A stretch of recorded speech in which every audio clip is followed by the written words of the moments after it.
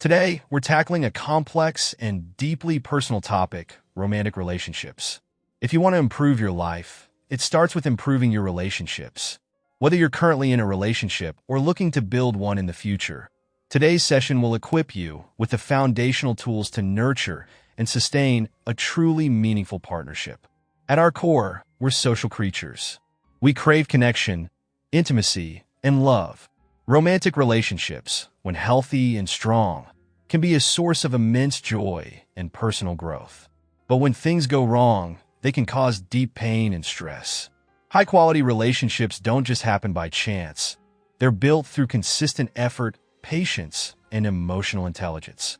Interestingly, research shows that the absence of quality relationships has a bigger impact on our health than obesity or lack of exercise. Think about that for a moment. The connections we form can literally shape the quality of our lives. So, why do we struggle to find and sustain these high-quality relationships? And more importantly, how do we fix this? Not every relationship is meant to last forever. Some partnerships, despite our best intentions, need to end because the people involved simply aren't a good match. But for those relationships that have the potential to thrive, we often fail to invest the time and effort they require. The problem is most of us want more out of our relationships than we're willing to put in. We desire deep, meaningful connections, but don't know what steps to take to achieve them. If you're willing to put in the work, you can create a strong, lasting bond, even if you come from a background where healthy relationships were not modeled for you. Today, we're going to explore some fundamental practices that will strengthen your romantic partnerships. But remember, emotional maturity and intelligence are the foundation for putting these habits into practice.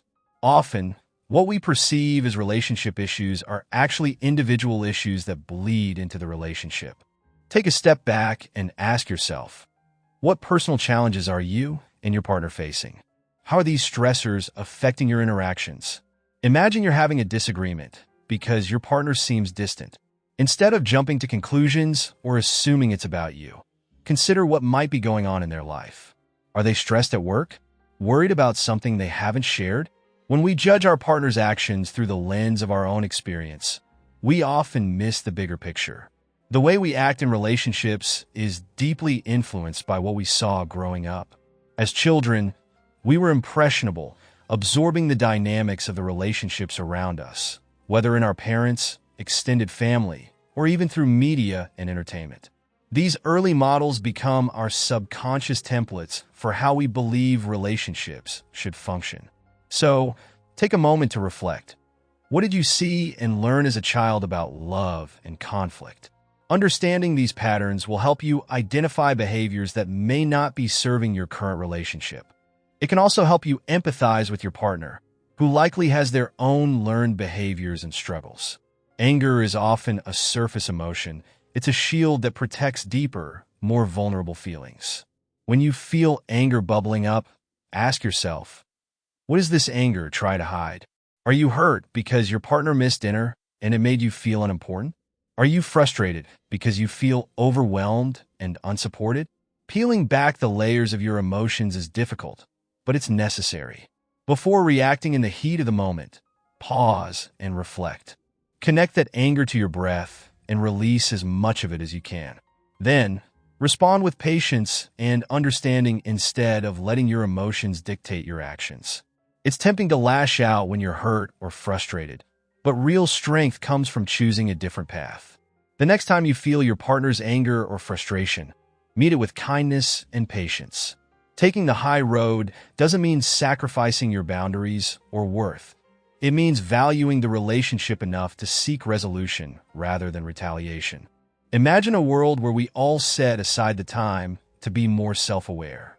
We'd take responsibility for our own mistakes, be willing to admit when we're part of the problem, and work together to find solutions. This is the path to creating high-quality relationships that work. Think back to a recent disagreement you had with your partner. Take a moment to answer these 3 questions. What was the root cause of the disagreement? What was your role in it? What could you do now to make it better? It's hard to admit our mistakes, especially when emotions are running high.